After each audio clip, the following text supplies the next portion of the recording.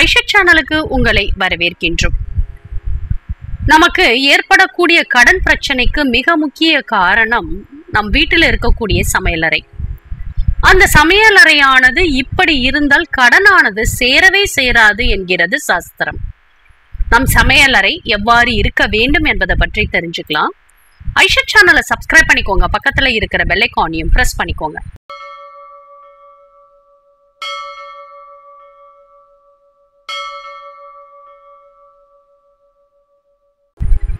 Aisha channel அன்பர்களுக்கு அன்பான வணக்கங்கள்.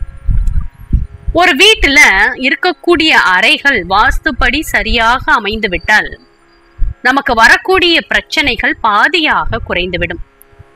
அந்த அளவிற்கு சமையலறை அமைப்பும் அதன் பயன்பாட்டு முறையும் ரொம்பவே முக்கியமானது. ஒருவருடைய கடன் சுமை அதிகமாவதற்கும் குறைவதற்கும் இந்த சமையலறை பெரும் பங்கு வகிக்கின்றது. நம் முன்னோர்கள் வாழ்ந்த காலத்துல எல்லாம் ஒரு விஷயத்தை கேள்விப்பட்டிருப்போம். இரவில் தேவாதி தேவதைகள் நம் வீட்டிற்கு உலா வருவார்கள். அதனால அந்த சமயத்தில் சமையலறையை எப்போதும் சுத்தமாக வைத்திருக்க வேண்டும் என்பார்கள். மேலும் அடுப்பின் மீது இந்த ஒரு பொருளை தவறாமல் வைத்திருக்க வேண்டும் எனவும் சொல்வார்கள். தேவதைகள் நம் வீட்டில் இரவில் வருகை தருவதுண்டு. அந்த சமயத்துல அடுப்பங்கரை சுத்தமில்லாமல் இருந்தால் நமக்கு கடன் சுமை அதிகரிக்கும். எச்சில் பாத்திரங்களை இரவில் அப்படியே போட்டு வைத்தால் கடன் பாரம் அந்த குடும்பத்தினரை பாடாய் படுத்திவிடும். கடன் சிக்கலில் இருந்து மீள முடியாமல் தவிர்ப்பார்கள். அதனால்தான் இரவில் பாத்திரங்களை சுத்தமாக கழுவி கவிழ்த்து விட்டு படுக்க செல்ல வேண்டும். பெண்கள் மிக முக்கியமாக செய்யக்கூடிய ஒரு தவறு என்ன அப்படின்னா, சமையல் அறையில் பயன்படுத்தக்கூடிய துணி அது மிகவும் சுத்தமாக இருக்க வேண்டும். ஒரு சிலர் அந்த துணியை துவைத்து சமையல் அறையிலேயே காய போட்டிருப்பாங்க. அதுவும் தவறான செயல், அதையும் செய்யக்கூடாது.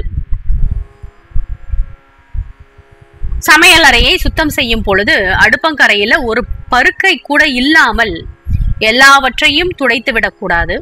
அடுப்பின் மீது ஒரு சிறு பாத்திரத்துல கொஞ்சம் சாதத்தை வைத்து தண்ணீர் ஊற்றி வைக்க வேண்டும். அதி தேவதைகள் வரும் பொழுது நமக்காக சாப்பிட ஏதோ வைத்திருக்கின்றார்கள் என்று மனம் மகிழ்ந்து நமக்கு வரத்தை அள்ளி கொடுப்பார்கள். எதுவுமே சாப்பிட இல்லை என்றால் மனம் வருத்தப்பட்டு நமக்கு சாபத்தை கொடுப்பார்கள். மீந்து போன சாதத்தை தண்ணீர் விட்டு எப்பொழுதும் வைத்துவிட வேண்டும்.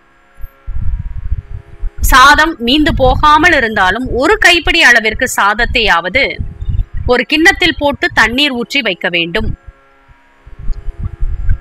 எதுவுமே ஒரு பருக்கை கூட சாதம் இல்லை என்ற சூழ்நிலையில் இருப்பவர்கள் வெறும் பாத்திரத்துல தண்ணீர் ஊற்றி அடுப்பின் மீது வைக்க வேண்டும்.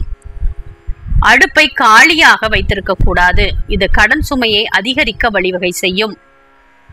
சமையல் அறையில குப்பைகளை துடைப்பத்தை வைக்கக்கூடாது. தண்ணீரை ஒழுக விடக்கூடாது. இரவு நேரத்தில் ஏற்கனவே சொன்ன மாதிரி ஈர துணிகளை சமையல் அறையில காய போடக்கூடாது.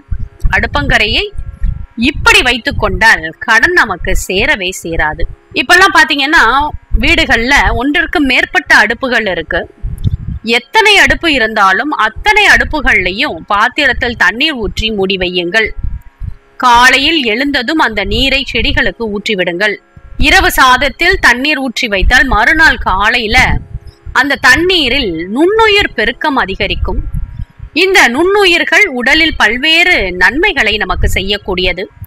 உடல் உஷ்ணத்தை தணித்து நவீன கால பல நோய்களை விரட்டி அடிக்கக்கூடியது. சாதத்தை நம்மால் சாப்பிட முடியாவிட்டாலும் சாதத்தை நன்கு கரைத்து விட்டு அந்த தண்ணீரை மட்டுமாவது வெறும் வயிற்றில் காலையில் குடிக்க வேண்டும். அப்படி குடிக்கக்கூடிய பழக்கம் இல்லாதவர்கள் வீட்டில் வளரக்கூடிய செடி கொடிகளுக்கு அந்த தண்ணீரை ஊற்றி பாருங்கள். நல்ல ஊட்டச்சத்துக்கள் அதற்கு கிடைத்து செழித்து செழிப்பாக வளரும். அதனால ஒவ்வொரு வீட்டில் இருக்கக்கூடிய சமையல் அறையையும் மிக நுட்பமாக நாம் கவனித்து கொண்டோமே என்றால் நிச்சயமாக நமக்கு வரக்கூடிய கடன் பிரச்சனை வராமல் இருப்பதோடு இனி வரக்கூடிய நாட்கள் கடனில்லாத பெருவாழ்வை பெறுவீர்கள். மேலும் இது போன்ற தகவல் அறிய ஐஷா சேனலை சப்ஸ்கிரைப் பண்ணுங்க, ஷேர் பண்ணுங்க. உங்களுடைய கருத்துக்களை எங்களுக்கு பதிவு பண்ணுங்க. நன்றி, வணக்கம்.